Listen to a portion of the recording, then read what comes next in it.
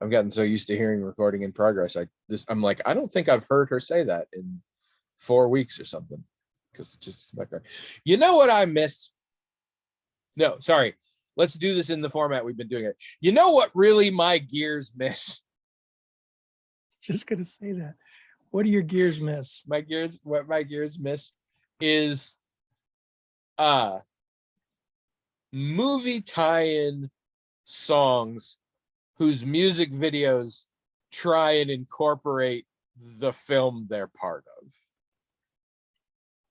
Where like because there's some that are really lame where they're just like, here's footage from the movie and then we sing. But then there's ones where it's like the villain looks into his crystal ball and it's the band and they're performing and shit like that. And I feel like the 80s in particular really leaned into this. And I was reminded, because I hadn't seen it before, possibly one of the best versions of this ever, from 1986's movie Legend. We all know 1986 movie Legend, a very young Tom Cruise, a very young Mia Sara, Tim Curry as the devil in one of the coolest outfits ever. In general, that movie has some of the coolest makeup effects and costuming of anything. It's amazing. A lot of people think it's pretty mediocre and shitty, which I understand. When I saw it when I was younger, I did too. I have grown to appreciate it because it's incredibly allegorical and it's just a very sort of good mythic good versus evil love story kind of thing, and it just looks amazing. And it has incredible music, sort of. I mean, Tangerine Dream did the soundtrack to it. And then at some point, it got switched out. So now if you look for the soundtrack to Legend, it's very hard to find. And you may get an orchestral score that's completely unrelated. So when I was younger, my sister had it, and I had a taped copy of it, and I would listen to it all the time. But now it's very hard to get a hold of. Man, you're horking up things over there. I just saw a chicken fly out when you did that one. Not like a piece of chicken, like a baby chick. We'll get it in post. And so the other day I realized sometimes I listen to music on YouTube, and that these songs that I can't really purchase on my Apple Tunes or get a CD of, or not that I know what I'd do with the CD at this point, I could probably get on YouTube. And so I did it. And I encountered the music video for 1986's song, Is Your Love Strong Enough, performed by Bryan Ferry.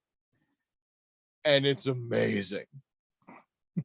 The song is already incredibly 80s. Like sexy saxophone solo during the bridge 80s song. I do like the song, but it is very much a product of its time. But the whole video is Bryan Ferry, not in a, like, the movie's a fantasy movie in like a very traditional fantasy sense. He's just sort of dressed in regular 80s rock clothes, just sort of hanging out like on set, but not behind the scenes, like in the movie. And they edit things so like there are scenes where Mia Sara like sits down and is talking with somebody, and instead she sits down, and then they cut to just Bryan Ferry sort of standing there looking at her, presumably off screen. And then he sings things and she looks back with like expressions in response that are just cuts from a different scene in the movie. And like, and later, because there's bits. You've seen Legend? No. You should see Legend. It's real. You would like it for the effects, I think, in particular, the prosthetic and makeup effects. Like I said, amazing stuff. Okay. Tim Curry's is the famous one, but they do one with Alice Playten. I think she's a voice actor most of the time, but she plays Blix the Goblin, and her look is amazing. It's really cool, and the voice she does for it is really cool. But there's a bit where Mia Sara is wandering these huge empty halls that darkness, aka the devil, has her kidnapped in.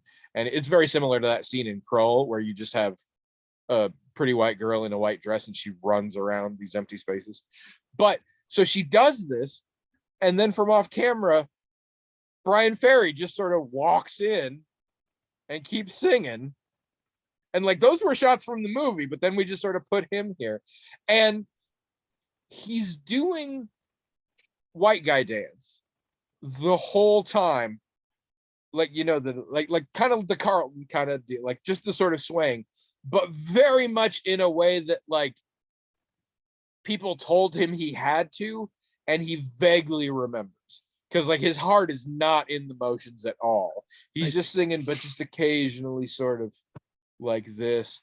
And it doesn't help that Brian Ferry, who I never had a visual of, looks like everyone's dad in the 80s. It looks like the front man for this band couldn't make it and his dad came in to sub for him. Like he doesn't look like a rock star to me. And then there's things where like, because a large part of it is in the background, they just play scenes. And in fact, the whole fucking thing starts with this background and somebody making shadow puppets for no goddamn reason. But a lot of it is him on set, but in the background, there's a projection and they just put other scenes up there for no reason. And then at a certain point, when we're getting really near the climax here, he walks up steps in front of the screen that were also like green screened. So he just seems to sort of be walking up invisibly. And he gets up to a certain point, and the climax of the film, in which the power of sunlight itself blows the doors off of darkness's chambers, and the sunlight floods in and threatens to hurt darkness, and he's trying to struggle against it all. But in this version, the doors are blown away, and on the other side is the guitar player doing a guitar solo. It's just ridiculous in a way that I miss.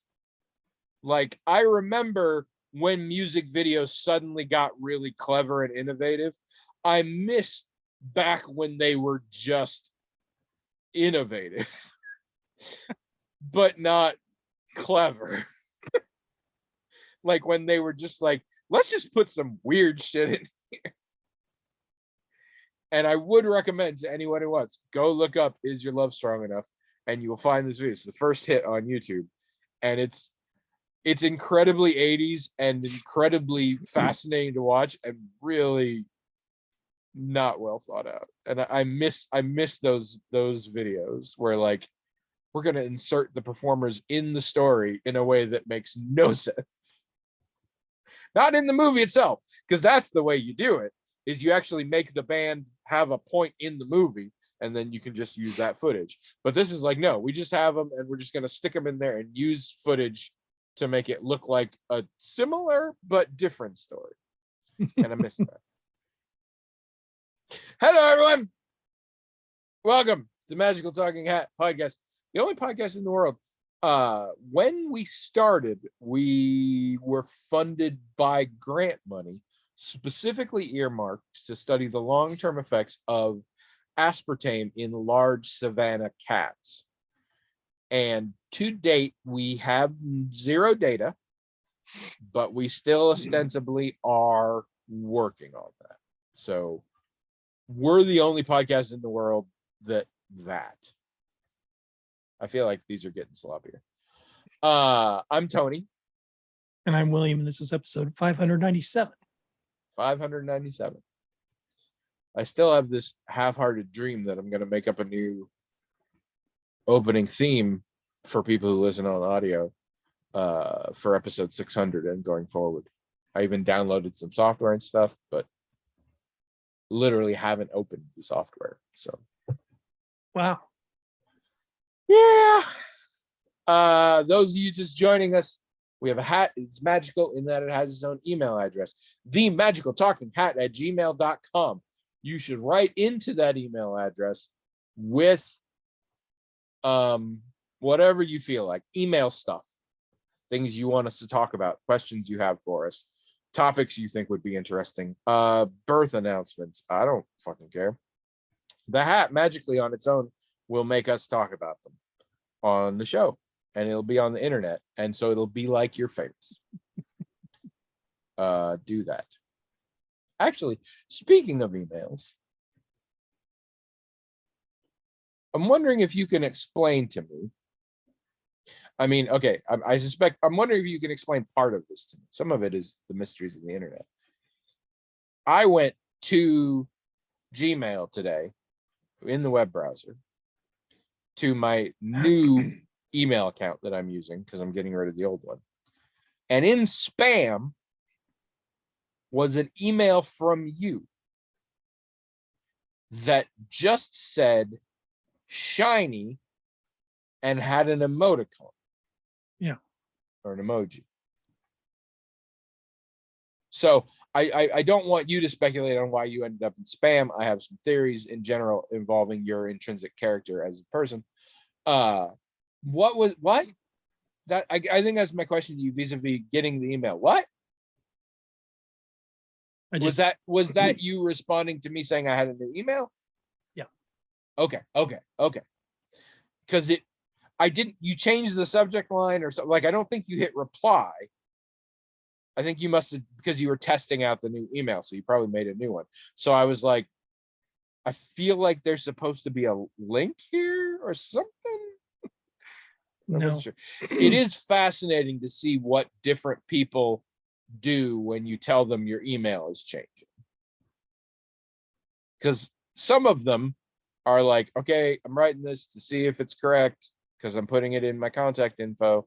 This makes sense. Well, I had some people. I'm sorry. Part of it was that. Part of it Well, was I didn't thought reply, but I did get it. It was spam though.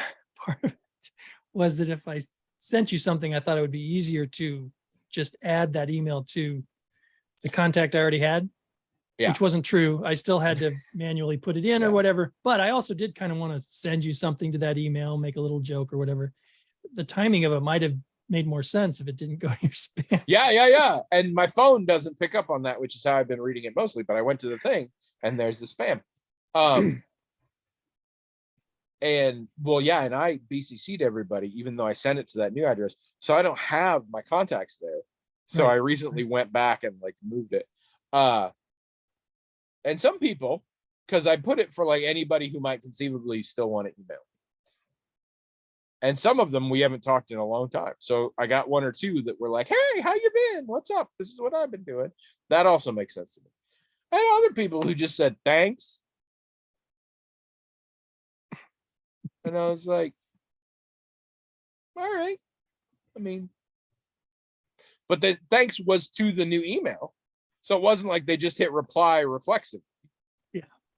So, but Good for them. I shouldn't talk too bad because at least one of them is a listener. But I mean, it's fine. I just was, it was funny to me. How's your week been? Terrible. Your wife's been playing a lot of games on PlayStation that I didn't think you could play on PlayStation, like what I would consider mobile games. Yep. That's weird.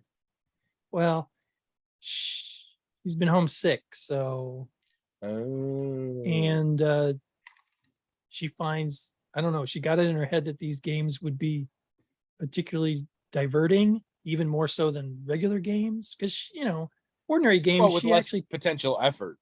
Yeah, and she takes them kind of seriously. She wants to play them. She wants to whatever, really pay attention to what's going on, but she doesn't have the energy for that.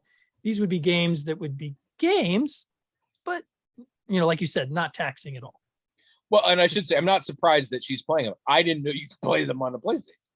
I didn't either, but I was like, whoa, I should get So this- Fallout Shelter. That's pretty cool. yeah, this was the idea she got, and it worked because she's done it with not just one, but two games. She did Fallout Shelter, as you just mentioned, and another one's, I don't know what's called. I don't know, but I did see two that I specifically thought like that, and I can't remember. Lemonade, something about a lemonade stand or something.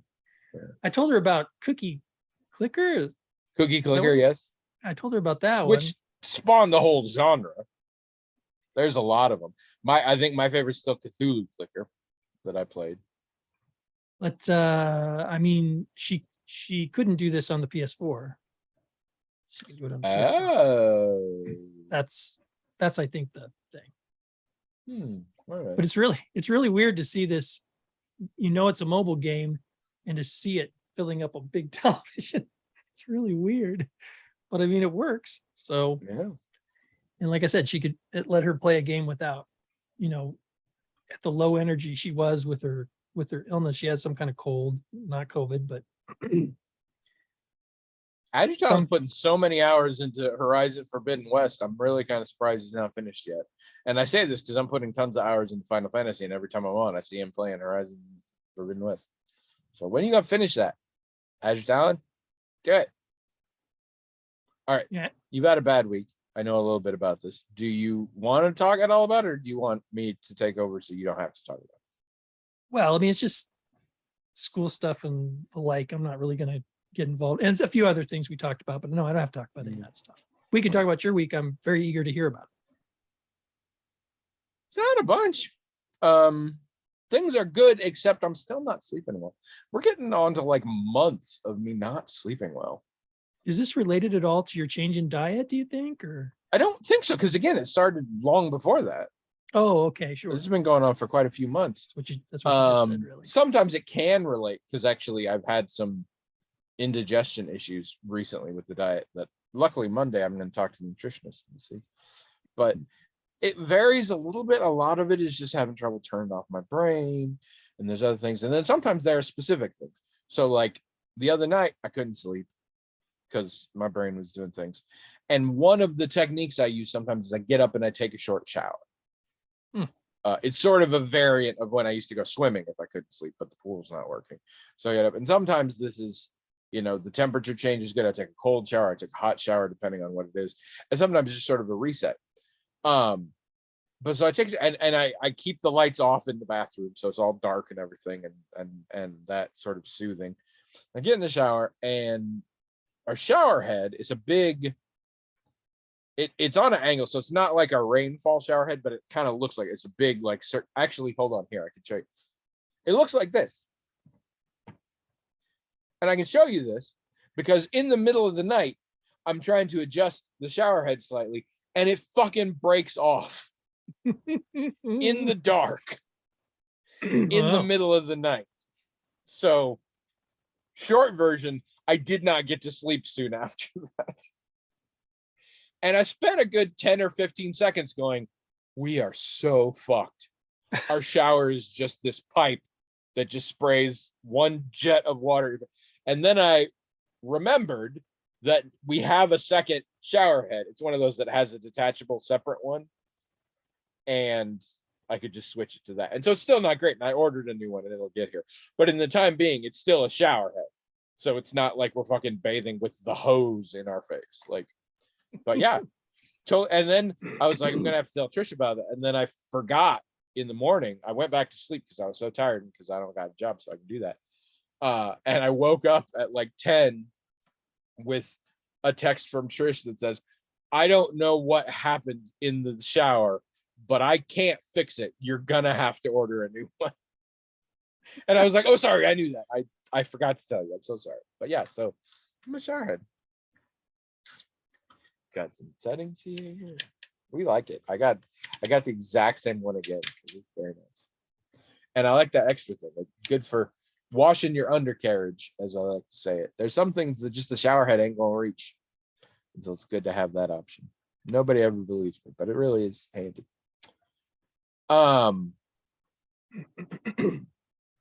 Been playing a lot of Final Fantasy. Been watching bits and pieces of things. It hasn't gone well. We haven't watched much of it. I finally watched the first episode of Arcane on Netflix. Did you ever watch Arcane, the League of Legends animated show? I'm a little surprised you guys didn't get that. That strikes me as a thing that would have been right up your alley. It's, I think what they hope is of a franchise of, the League of Legends video game. Yeah. It has lots of disparate characters from different settings or whatever. And this is essentially like an origin story for, I think, a couple of the characters. And it's a dystopian sort of steampunk world, and these two orphaned sisters and things that happen. And I only watched one episode. It has a great voice cast. The story looks good, pretty standard stuff. The animation is amazing. It is gorgeous. I kind of don't care what the story ends up being. It's just so pretty to look at. But only watched one episode so far. We also watched one episode so far of the Apple TV show Roar. Do you know this one? Mm-mm. This is a new one there. It's an anthology show. It is hard to explain, especially based just on the trailer and then the first episode. What I would say is it is a female, arguably feminist focused sort of Black Mirror show almost. The first episode is a weird speculative fiction thing, and Issa Rae is the main star. But Issa Rae stars in that one. Nicole Kidman stars in one. They have a lot of very big name actors leading this, and it is very good. It is very much. We watched it and it was good, and I'm like, I want to watch the rest. I want to take a little break before I do, though, because it's pretty heavy stuff, but it's good. I would recommend it. Apple TV, we also you said? on Apple TV, yeah. We also on Apple TV started watching The Essex Serpent and watched 2 episodes of that before I fucking bailed. The Essex Serpent is apparently based off of a historical novel that I'd never heard of by the same title, and it's Claire Danes and Tom Hiddleston, and it's in somewhere in a small village in Essex. There's the rumor of this sea serpent that's come to kill people and shit, and Claire Danes is a rich science-loving aristocratic woman. This is 19th century England, and she recently lost her husband, and so she's free to do what she wants, and she goes out there to study it. And meanwhile, the charismatic Tom Hiddleston vicar is very opposed to. He doesn't think there is a serpent. He wants people to stop talking about it. And they're sort of at loggerheads there. But then also there's like a romance brewing, but he's married. And 2 episodes in, I still don't really know what's going on. And it was really boring and maybe really badly written. I'm not sure. They just, because they're addressing issues of like classism and stuff in just really dull, ham-fisted ways. Like, you know how sometimes you talk about how like a show's ethical message is like a freshman in college philosophy class? This is like before college. This is like if you would debate classism and economics somewhere in high school, to me at least. And I apologize if that comes off as condescending for other people who are like, this is really deep. I'm like, it just didn't feel very deep to me. And also, again, super boring. And it's only got 6 episodes. And if I can watch a third of those and still not really know or care what's going on, I'm out. So I'm out.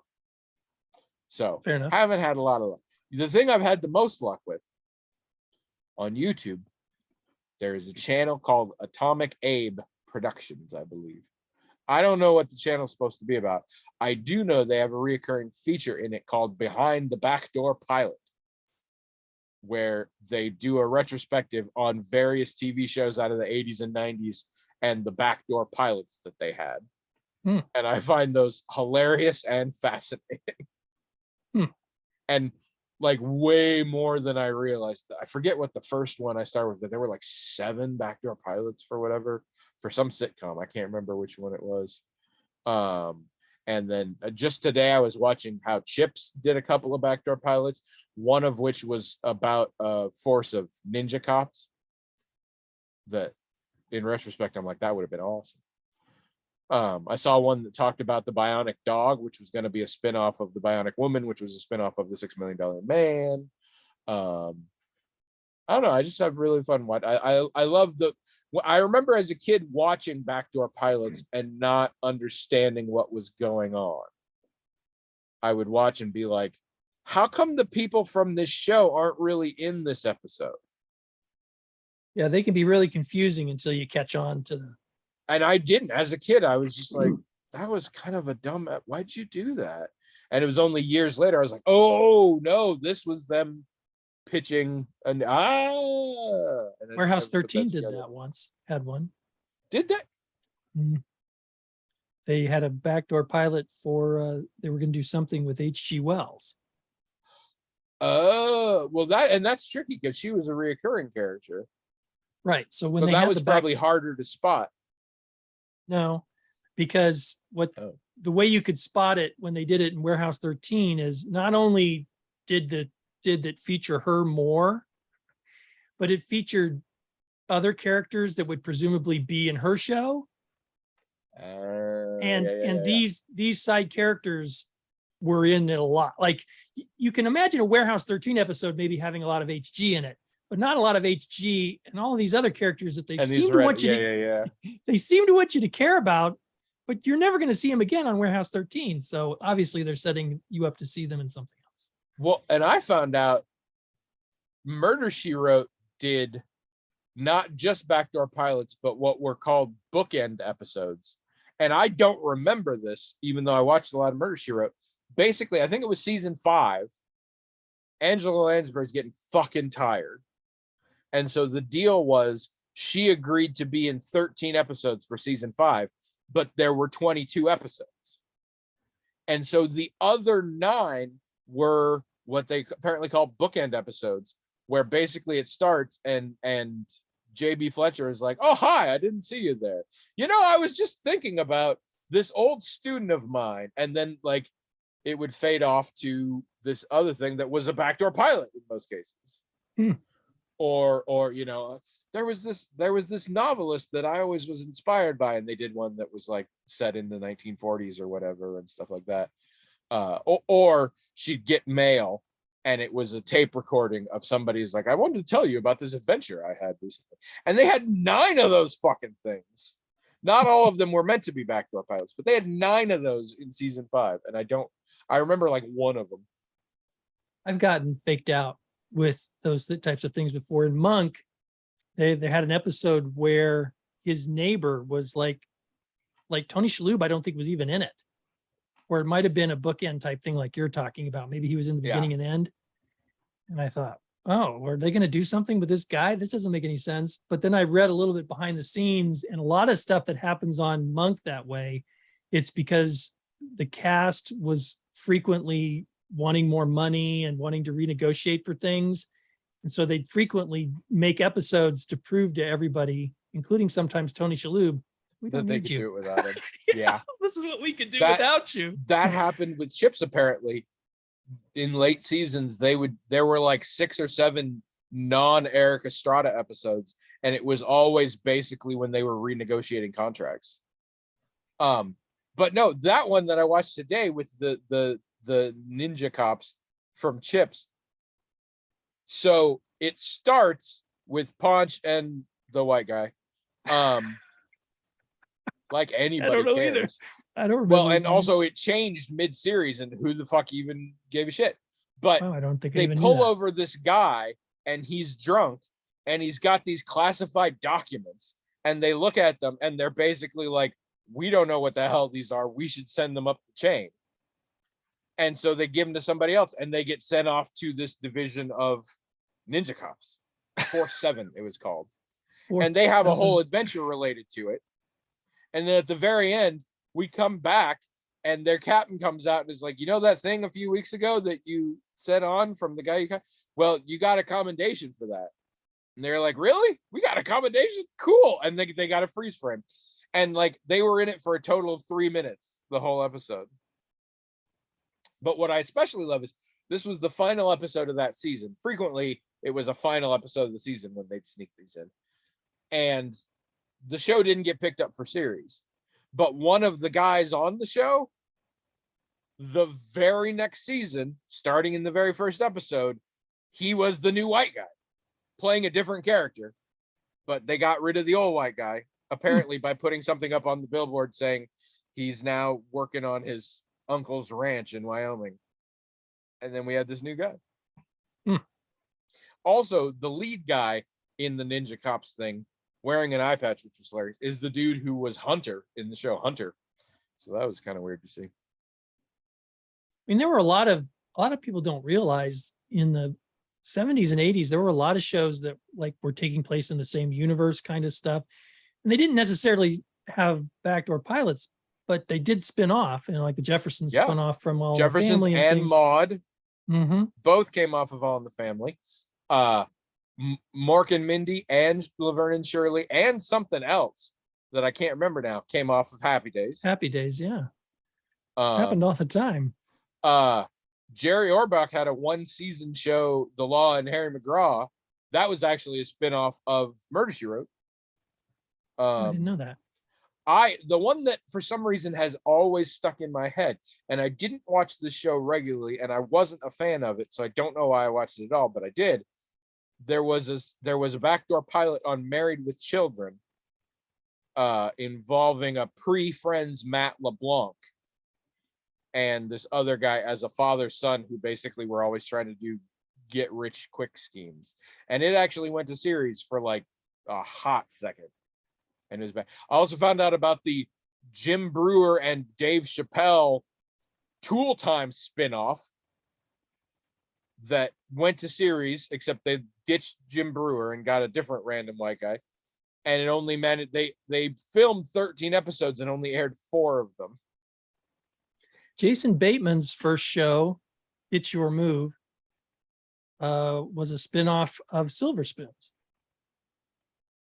Oh, Bateman's character, that character was in Silver Spoons. Jason Bateman's first show to me is always Valerie, later the Hogans, because they did with Roseanne, where they had Roseanne and then they got rid of Roseanne, so they called it the Connors. They had a show called Valerie that was Valerie Harper as a single mom, and then Valerie Harper fucking died. And so they brought in their aunt, Sandy Duncan, and they called the show The Hogans.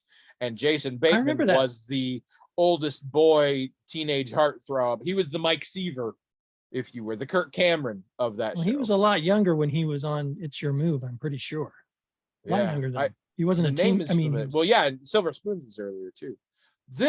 There is no way this conversation can be interesting to anyone except you and me, but I'm down for it. I'm digging this whole thing.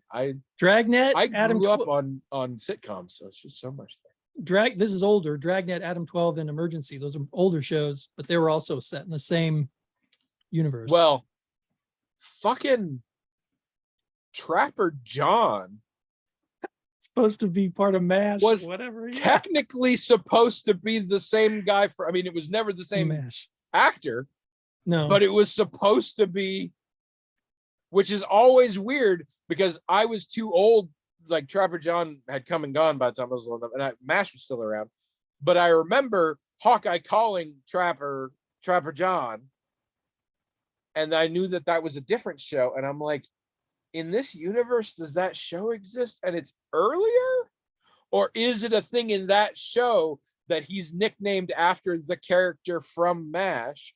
And it was only in recent years that I'm like, no, that's straight up supposed to be the dude from MASH. Now, is he supposed to be the guy? Even though the timelines can't possibly match up because it's the fucking Korean War. No, I know, but yeah, that's right. I don't know if in the book, if his name's Trapper, and so it's based on the character in the book and not in the TV show. I don't know.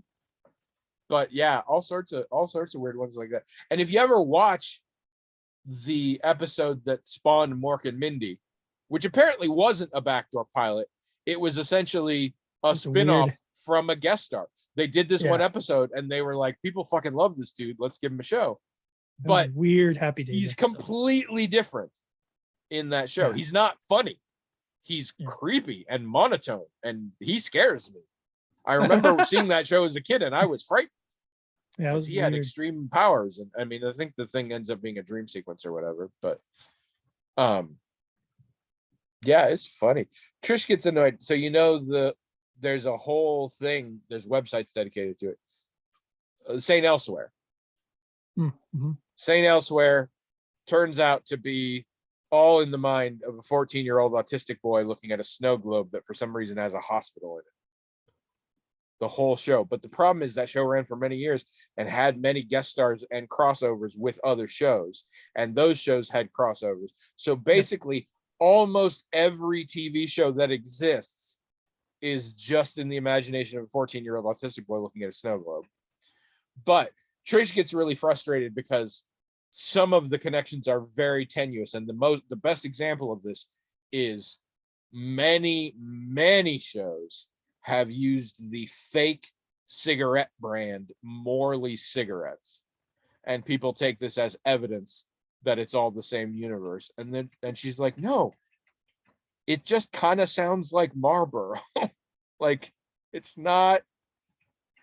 You could maybe call it an Easter egg, but it doesn't, because like once you start including Morley cigarettes as meaning it's all in the same universe, you pull fucking Buffy the Vampire Slayer into St. Elsewhere. And it got like it gets, and I think X-Files also had Morley cigarettes. Like, it gets everywhere. I do love those connections, though. They're always funny. But yeah, so if you look up Atomic Abe Productions, they have a bunch of these. And I dig them. I don't know why. I think it's fun. Did watch a movie last night, probably worth mentioning. It's 2002 film that ever since it sort of came out, I've had people in my life that are like, you should see this, it's great. And I never got around to it, and something recently made me think of it, and so we watched it. I'd say, I think it's accurate to call it a cult classic film called the Bubba Hotep. You hear about this thing? That sounds familiar. You hear about this? I might have seen it. I don't know. Bubba Hotep. Well, it's real easy to explain, except not. Like the short explanation is real simple, and big explanation is impossible. It is the story of an aging Elvis Presley who faked his own death and now lives in a nursing home in East Texas, teams up with a black man who claims to be John F. Kennedy, who the CIA spirited him away and cut a chunk out of his brain and then dyed him black so no one could ever tell it was him. They team up to fight off a mummy that is preying upon the residents of this nursing home in East Texas. So yeah, black JFK and retired after he died Elvis fight a mummy in a nursing home in East Texas. Okay, no, I've never seen this, but I have heard of it. Yeah, and it is best known for Elvis being played by Bruce Campbell of Evil Dead fame. Which it is. It's not just known for that. That actually happens. And I don't want to say he doesn't do a great job. He doesn't. He is definitely the POV character that we spend time with.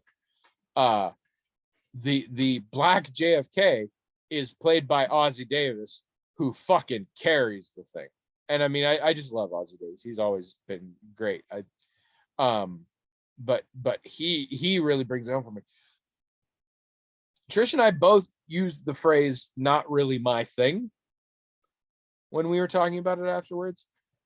I don't necessarily think it is a bad movie.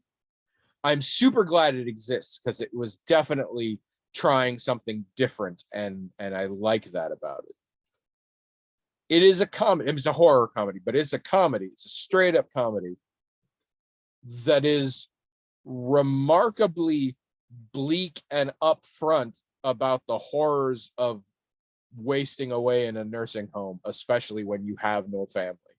And so we're like 20 minutes in, and I'm like, I haven't laughed yet, and I'm getting real sad.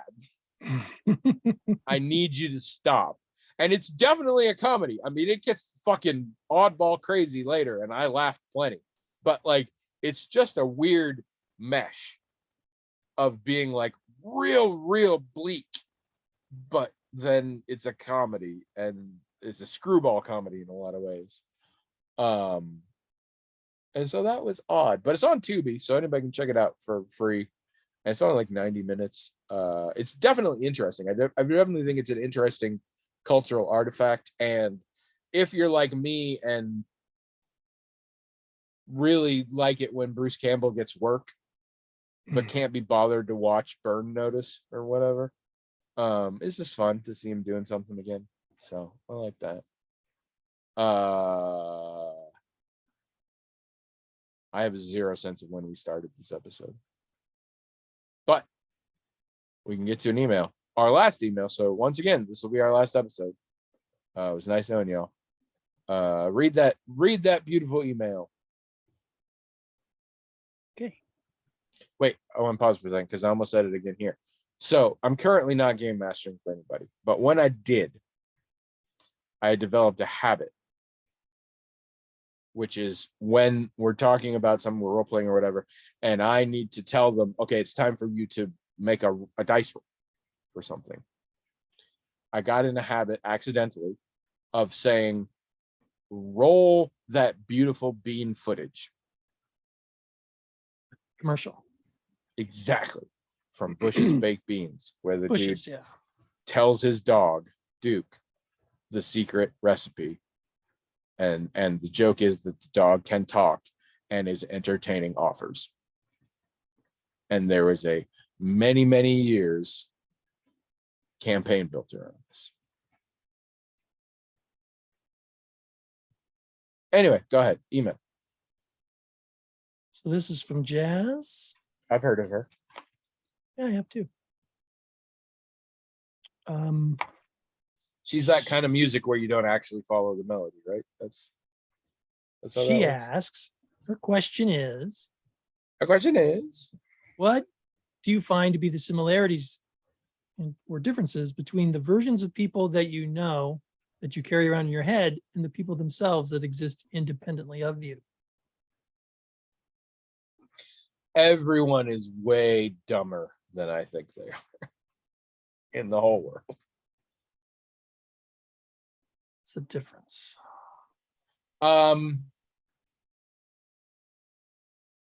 It's an interesting question.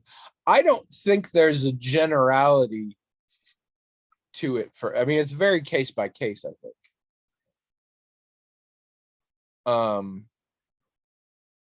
And it's also an interesting question because to a degree, what she's asking is compare and contrast how you think people are with how they actually are. And it's like, how I think they are is how I think they are. So to my mind, that would be the same. Well, it's more like if I have a conversation with you in my head, which I do all the time, and with Jazz, It's not, you're not imagining it. I'm talking to you telepathically. how is that person I'm talking to when I'm having a conversation with you in my head? How is that person different than you? All right. I know this was just a random example, but I want to hear more. I like this. How is it different? They probably yell less. I mean, I know that you don't like when you and I are having a conversation in my head. I've never really thought about this before, so I'm just kind of going off the cuff here. Which one's which? You don't know? But I'm pretty sure that with you in particular, I'm pretty sure that you probably, in my head, kind of stay on topic better. I Right? mean, you don't get tempted to do a bit or I'll tell a say joke. this. You just stay If focused. I don't in your head, that's kind of scary, and you Yeah, might right? need extra professional help. Right? Like that is But a very good point. But I mean, in the real world, you would get distracted by doing a bit or telling a Absolutely. joke. I don't just mean Verbal like shiny going off. things. I don't just mean going off on tangents, because that happens sometimes in my Mm. head. But like the other stuff that you just can't seem to resist to tell a joke or to Sticking do to a bit or jokes. something. And the times where we'll be having conversations and we have to pause and be like, okay, 3 tangents back. Let's get back to this thing, which happens, I mean, in my life in general, but with you and I in particular. Because a lot of the conversations I have with you are of a serious nature, because I'm I'm having that conversation with you in my head because I'm interested in your opinion about a fairly serious matter, right? Sometimes, William is one of those few people who was born only with an angel on one shoulder. And so I've had to step in to take the other role. I'm sure I have sometimes conversations with you and Jazz. This is true with Jazz too, that are of a creative nature. And maybe in those cases, you might riff a little bit more. But I think for the most part, you stay on task in my head more than you really do. Am I nicer to you in your head? Because Well, I'd be disappointed if that was the case. I like to think I've really like undermined your psyche, and that even imaginary me is like constantly. I mean, that's part of the you not riffing. I mean, because I don't, when you're mean to me, I don't take that seriously. You're just fooling around. So in my head, all right, challenge accepted. I mean, knock it off. So in my head, no, you're not doing those things mostly because you're being serious. Plus, if there's a critical voice in my head, it always really it's never kidding. It always means it, and it's never you or anybody who cares about me. It's always this, I don't know, some voice in my head that belongs to some dark version of me or something. There's not really any room in my head. Transformers, the movie era, Orson Welles. There's not really any room in my head for critical voices that aren't me. And I don't generally think of you or anybody who cares about me as constantly being critical of me. So no, that doesn't happen. And so when I'm having a conversation with Jazz, I think when I'm having a conversation in my head with anybody, if it's Abby or Jazz or a few of them are other friends, I think sometimes I'll have a conversation with Dave, because we've done role playing together and stuff. And so I kind of get an idea of how he would look at things and see things. I think they're always fairly serious conversations. And so across the board, I think they might crack jokes or act in an informal or joking or kidding way less than they would in real life, because the reason I'm talking to them is because I'm trying to figure something out. And I think their voice is going to help me figure it out. So if I stay really serious, are you in danger of thinking you're imagining me? No. I now officially hate this question because it has caused me to realize I'm a complete narcissist. What do you mean? When I have conversations in my head with people, and the more I think about it, the more I believe this is without exception, I'm the only one talking. I'm lecturing them essentially. I am giving my argument for something we've disagreed on in the past, or something I think we would disagree on in the past, or something I want them to understand, and they do not respond at all. So why people say things. I have conversations. Just a self-centered piece of shit. I have conversations with my mom sometimes, my members of my family. And some people could ask, well, why don't you just like text or talk to these people? Well, it's because they're not long conversations, right? And I'm just going through something at the moment, and I'm just asking myself, well, what would Dad say, or what would Scott say, or what would Tony say? And it's just a real brief thing. It's not this long involved thing. Or I don't do that at all. The ones in my head are conversations that I can't have for whatever reason. Well, sometimes either we already had them, or I know this is not something I could actually I wish I could talk to them about this, but I know I can't. I mean, I probably do that a little bit too, but another reason someone will come up is because I'm working through something, and I don't need to talk to that person. It has nothing to do with them really. I just think that their voice can help, right? So I don't really have to call them up and explain, hey, I was just having this random thought and I decided I wanted to talk. I don't need it doesn't need to be like that. I'm just thinking about this thing, Ugh. and I feel like this person might have some insight. So I imagine what they'd say to see if I can figure it out. I mean, I would ask them, I suppose, if I was in a real jam, I thought they knew and I couldn't figure it out. But if I can just stop for a second and think what they would think, sometimes that's enough for me to go, oh yeah, that's the right way to go. Oh, I hate this so much. Because you're describing this, and my experience is nothing like that at all. Again, I just talk at them. And here's the thing, this happens with us sometimes where we have very different things, and that can be cause of worry. It's not a cause of worry, it's cause of dread here, because what you're saying makes sense and seems normal to me. Oh, Whereas my experience, I'm like, Jesus Christ, what is wrong with me? Like, well, I don't know. the difference between in my head and with actual people is, again, I think literally 100% of the time, nobody in my head ever gets a chance to get a word in. And Well, that's fucked up. really? Isn't it Yeah. it's just, No, I just tell them things. And I imagine them being there listening to it. oh, That's it. I'm a monster. This is what? awful. Okay, this is the last episode, not because we're out of emails, but because I am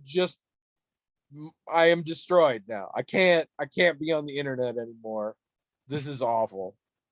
I never let anyone talk in my head. I don't know if my experience is that normal. It sounds normal to me. It sounds like what people would do. It sounds like you say it, and I'm like, that makes sense. That sounds like a thing one would do in their mind to help them process things, rather than just lecture people in your brain. And again, I cannot think of a single counterexample. I don't think in my life I have ever let anyone talk in my head except me. Jesus.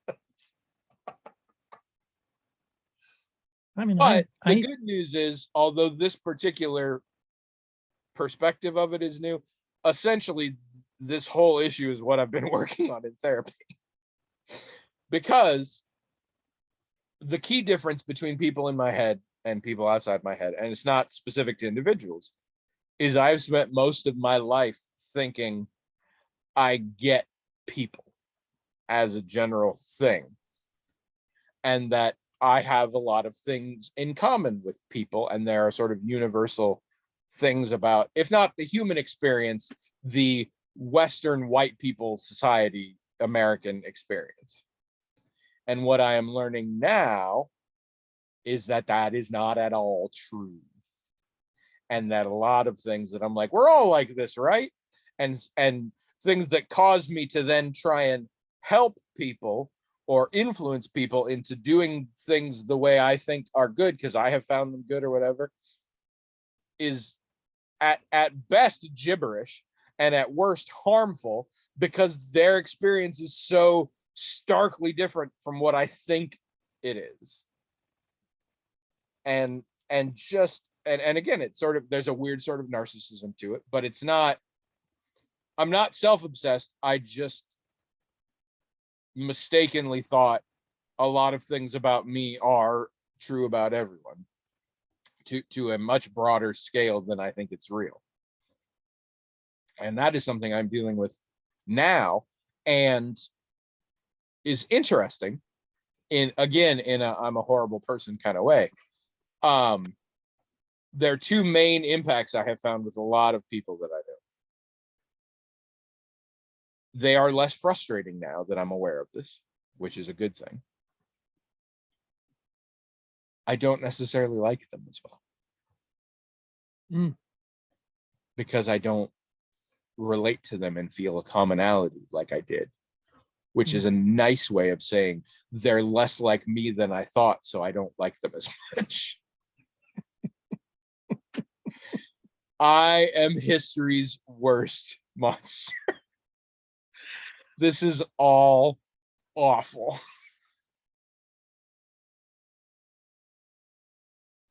I don't know what I'm going to do with my life going forward from this point. This is terrible. Luckily, I got therapy next Tuesday, so I'm talking about, oh, this is that.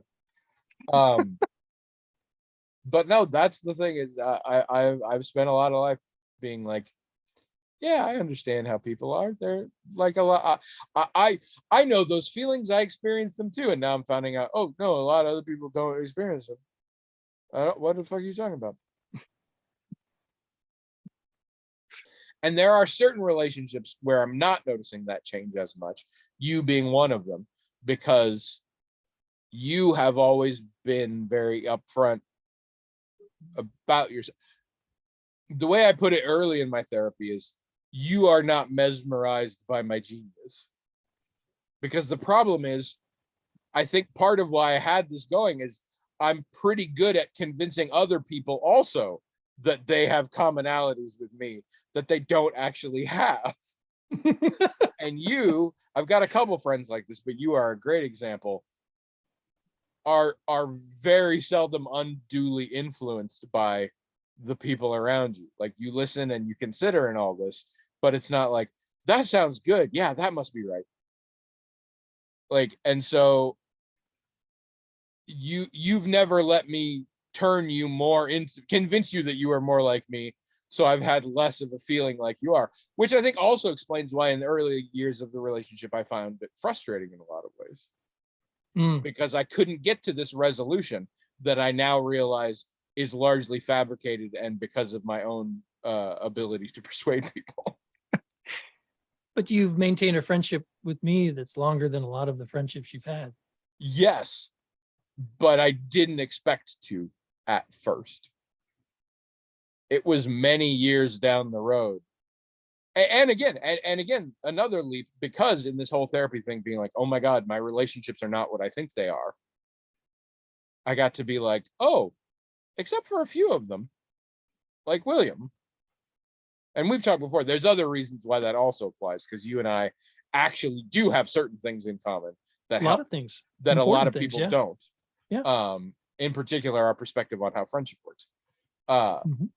But in the early days, you were a guy I knew that just, I didn't get how his brain. I mean, it's the people are stupid years. It's the many years that a whole bunch of us, every time we encountered you, you would be confused by something and we would try to explain it and we would always fail to explain it. And the only thing any of us could come up with was, yeah, William, because people are dumb, which was never a useful explanation for anything. No, it was what it was doing, I realized recently. I mean, don't get me wrong, people are dumb, but was there was a lot of, from my perspective, there was a lot of begging the question, like, well, what's going on here? Well, people are scared or crazy or stupid. It's like, okay, I hear you saying that, but then what's the reason for that? And of course, there wasn't a reason. You guys were saying this is how they were by nature, and I just couldn't accept that. Well, and it was because because you come from a unique perspective, and we did have a shared perspective ourselves of this, and it was only years of, let's be honest, you and I essentially arguing the same point in different outfits. Yeah. To where I finally, and then it's like, oh, we argued it again, but this time I said this and he said this, and he seemed to understand a little closer, and also I got a little bit why he was confused, and that just chink by chink got to where nowadays I'm like, I actually think I understand what, and how I can say things like, okay, now William, you're confused, let me translate it into William, and I'm Right. better at that than I used to be. Or you'll say something and I'll be like, okay, now people are going to hear what you just said and think this, I understand you mean that. And that's not something I could have done in the early years of our friendship. Yeah. At all. I mostly hung out with you because you thought I was funny, and I will hang out with anybody who thinks I'm funny. I do think you're funny. I know, and I love you for it, and only for it. Maybe the me in your head loves you for other reasons, but for me, it's just that.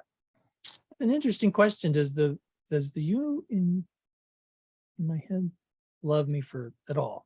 Like, have any particular regard, or are we just having conversations?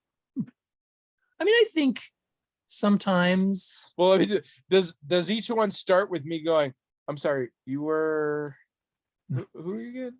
I want to say Murray. I was just saying before how all of these conversations, most of them are very practical. I mean, even with my mom. So, is there a lot of, is it all just intellectual or is there any emotional stuff? Yeah. Like, but I think for just about everybody that's in there have been times where,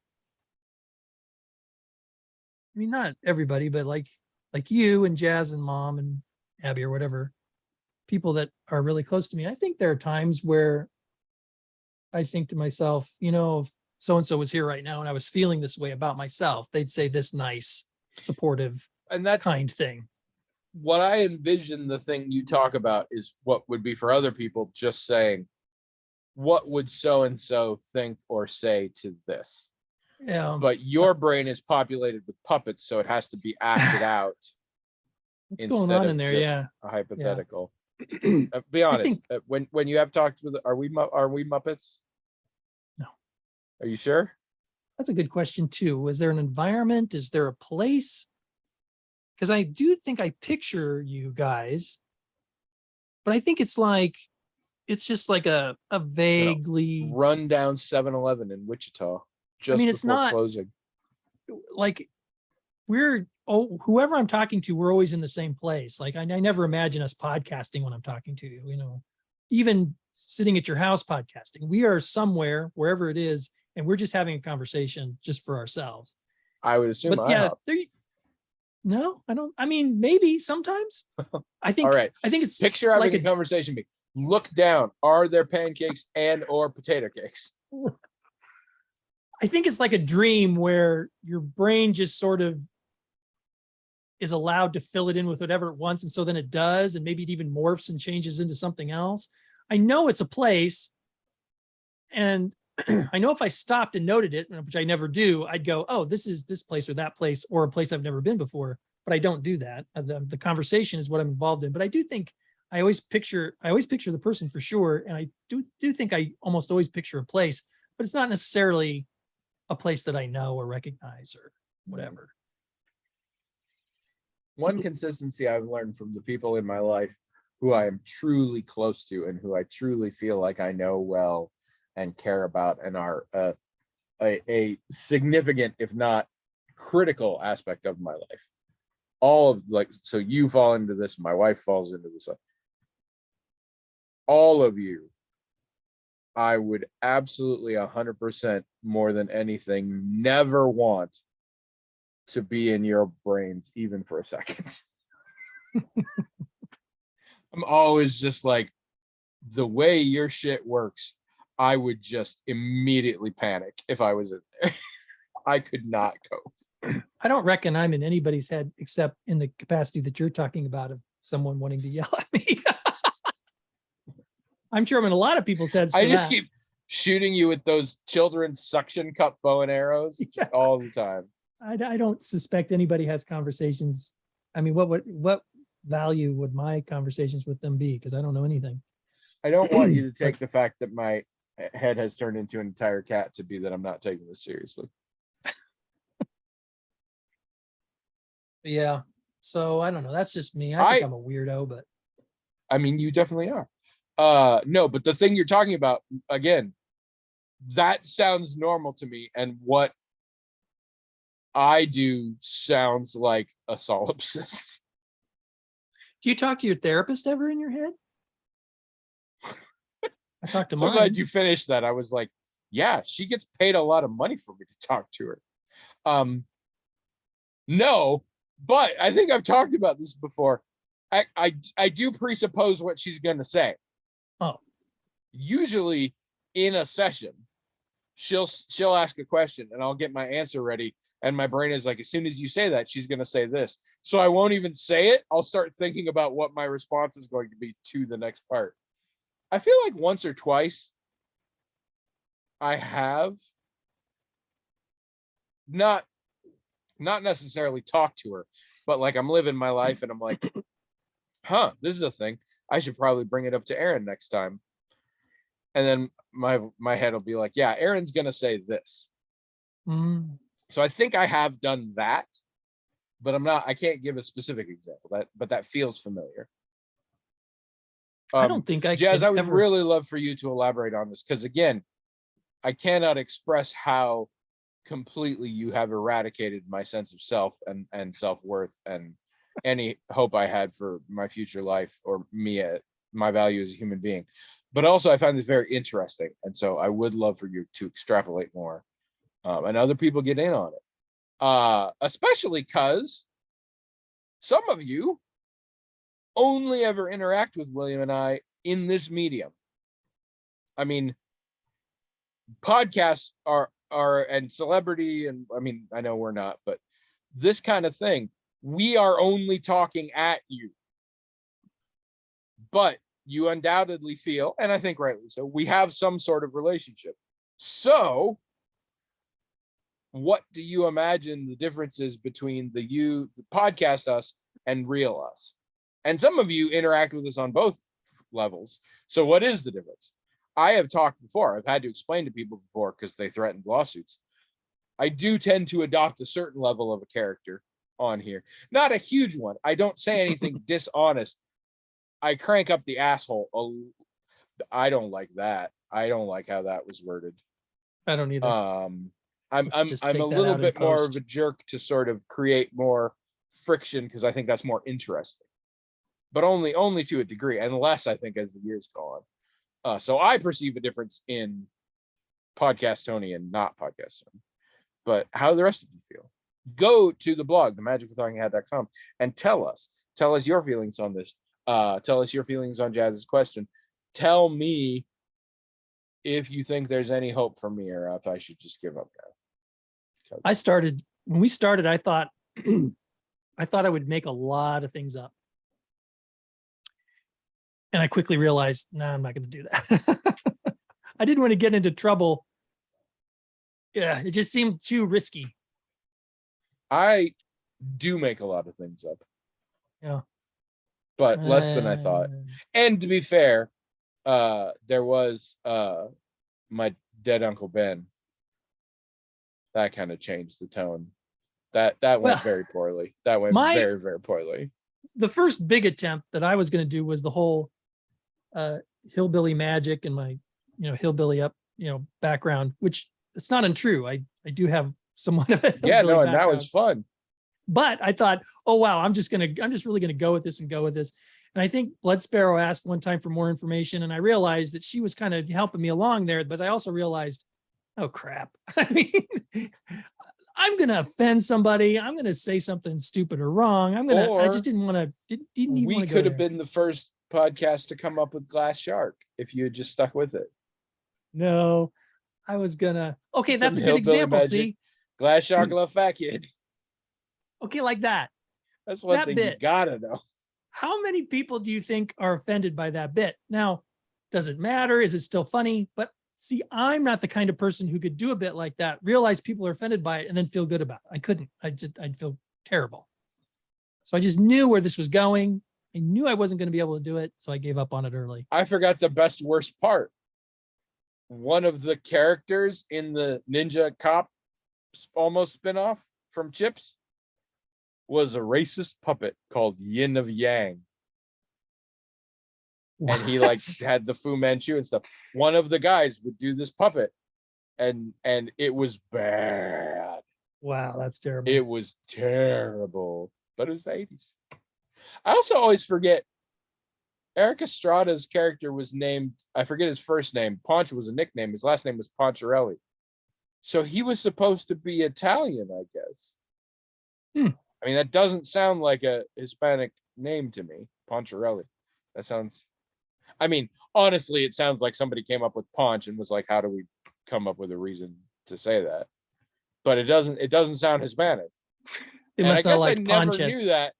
And I wanted, he could pass for looking Italian, but I think I always knew his name was Eric Estrada. It's in the credits. So they must have thought Ponches didn't quite sound.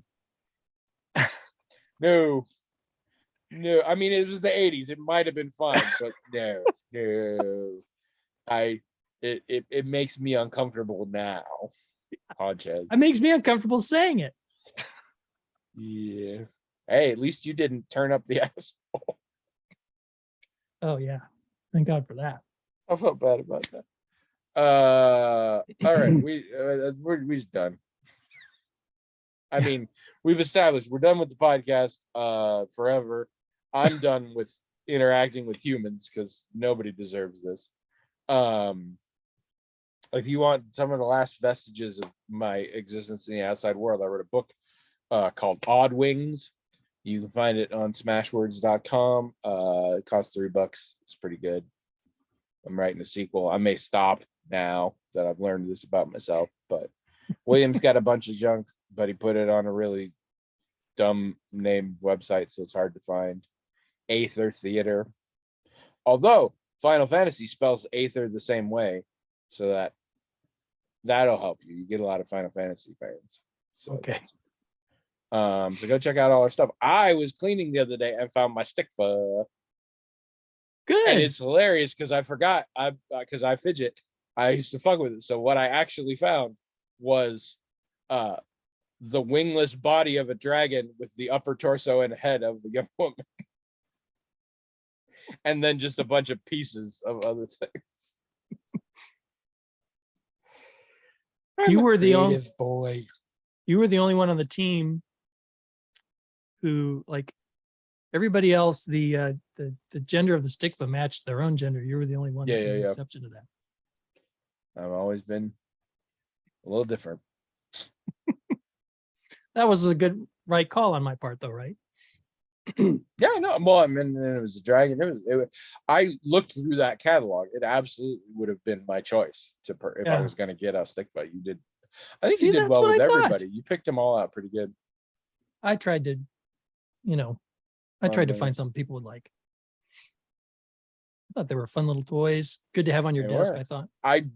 I just threw out a lot of old office toys yesterday, but I kept like 2 or 3, and one was that. And that was rough because I had to find all the pieces in the box. All right, people. Go about your business, but come back next week and see if we're here. I don't know. Maybe it'll just be William. Maybe it'll be William and dude from a failed backdoor pilot that we had. Oh, we should do a backdoor pilot. Like, we'll bring other people in and we'll just be in like the first 2 minutes of the episode, and then it'll be other people. Okay. Good idea. Tune in next time when we will try and make a spinoff. Don't know what it'll be called.